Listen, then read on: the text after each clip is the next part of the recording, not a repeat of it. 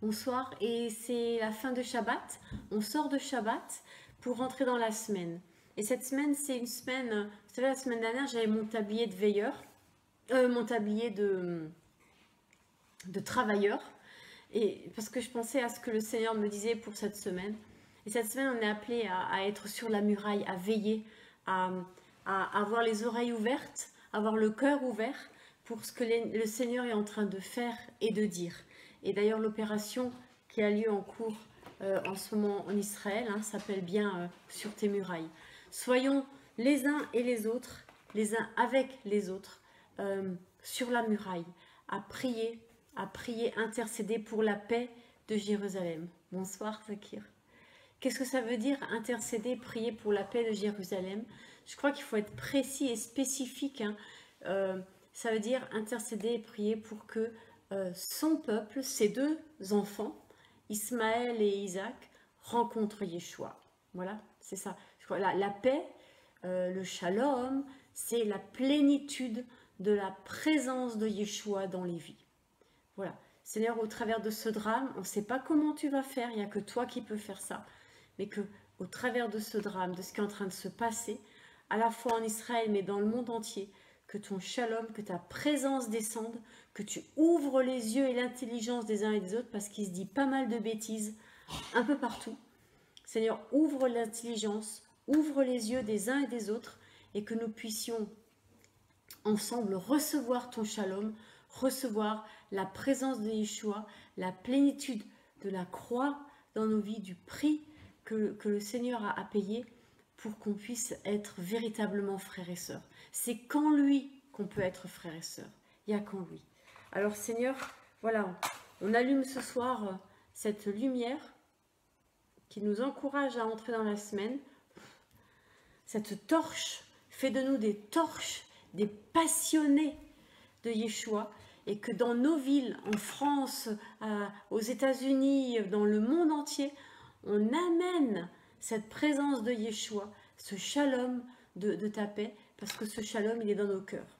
Alors Seigneur, on veut redire que tu viens nous purifier par ton sang, par le sang de Yeshua qui a coulé à la croix. Seigneur, que cette vie de la croix vienne habiter nos cœurs.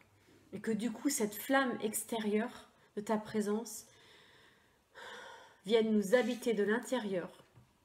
Voilà pourquoi on est là. Pour que ça vienne en nous, pour proclamer, pour signifier que cette lumière, et ça c'est le Saint-Esprit, vient habiter en nous. Et alors on sentira bon. On sentira le Seigneur et on verra des miracles.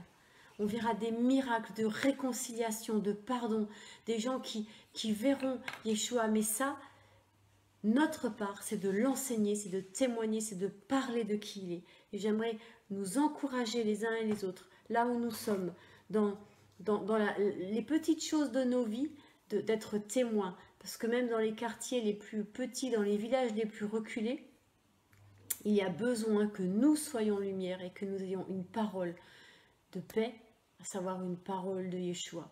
Soyons prophétiques et de ce fait, plongeons-nous dans sa parole et que cette parole vienne habiter en nous, qu'elle soit écrite sur nos cœurs de chair pour qu'on puisse simplement la partager. Amen, amen. Il y a du travail et nous on continue à faire ce travail de lire la parole et de travailler la parole parce que nous en travaillant la parole, elle nous travaille aussi et du coup elle vient complètement nous refaçonner, nous remodeler et nous rendre plus recevables. voilà, recevables pour les autres. Soyons recevables, que nos vies soient recevables, que nos vies soient un parfum de bonne odeur qui témoigne de l'amour de Yeshua. C'est maintenant, et là où on est, qu'on est appelé à être sur la muraille, à construire, à laisser le Seigneur construire nos vies et à défendre ce qui nous est cher, à savoir sa parole, la construction du royaume qui se fait jour après jour. C'est ça qu'on défend, c'est pour ça qu'on se bat. Pour un monde où règne la paix et la justice dans le nom de Yeshua, par l'action de son esprit. Soyons remplis. Et n'oubliez pas les rendez-vous qu'on a toute cette semaine pour étudier la parole. Nous, on va faire que ça, parce que c'est vraiment le mandat qu'on a reçu du Seigneur, c'est ce que le Seigneur nous demande de faire, c'est de nous plonger dans sa parole, de connaître sa parole, d'être un peuple qui connaît sa parole, qui médite sa parole, qui est capable de se laisser bousculer par sa parole, qui est capable de dire « Ah bah oui, là j'ai fait fausse route ». Vous voyez, d'avoir cette humilité de dire « Ok Seigneur, que les uns et les autres puissent nous enrichir. On ne prétend pas tout savoir ni tout avoir compris. Et on l'a déjà montré dans les vidéos qu'on a vraiment ce cœur de dire « Ah ben là, vous savez quoi, j'étais pas super. Quelqu'un est venu me dire « Tiens, va dans cette direction. » Et finalement, c'était intéressant aussi et ça nous a apporté quelque chose. Vous voyez, qu'on ait vraiment cet amour fraternel les uns pour les autres. Et que cette parole vienne habiter pleinement en nous. Amen. Parce que la parole, c'est lui, c'est Yeshua. Et Shavuot, dimanche soir, c'est recevoir la parole. Pentecôte, c'est recevoir la révélation que Yeshua est la parole. Amen. Soyez bénis. Shavuot Tov. Bonne semaine sur la muraille. Courage, prions. Restons en contact les uns avec les autres. Si vous avez besoin de parler, de partager, n'hésitez pas à nous contacter. Et puis, demain, 10h30, le culte. Et si vous pouvez...